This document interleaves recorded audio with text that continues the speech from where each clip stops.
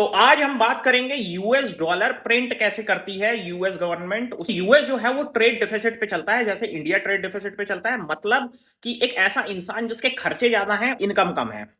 तो यूएस सरकार क्या करती है कि वो ट्रेजरी बॉन्ड इशू करती है। अब बॉन्ड क्या है? बॉन्ड एक तरीके से लोन है। तो सरकार बोलती है हमें लोन चाहिए, इसलिए हम बॉन्ड इशू कर रहे हैं।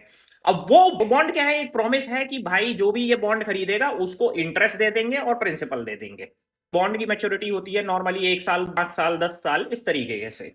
अब वो बॉन्ड खरीदता कौन है? देखिए, सबसे बड़ा झोल जो कॉमन इंसान को नहीं पता है, बॉन्ड खरीदता है फेड रिजर्व, जो कि वहां का सेंट्रल बैंक है। और फॉरेन इन्वेस्टर्स भी खरीदते हैं, क्योंकि यूएस डॉलर एक रिजर्व करेंसी है, ताकि इंटरनेशनल ट्रेड करने में आसानी रहे।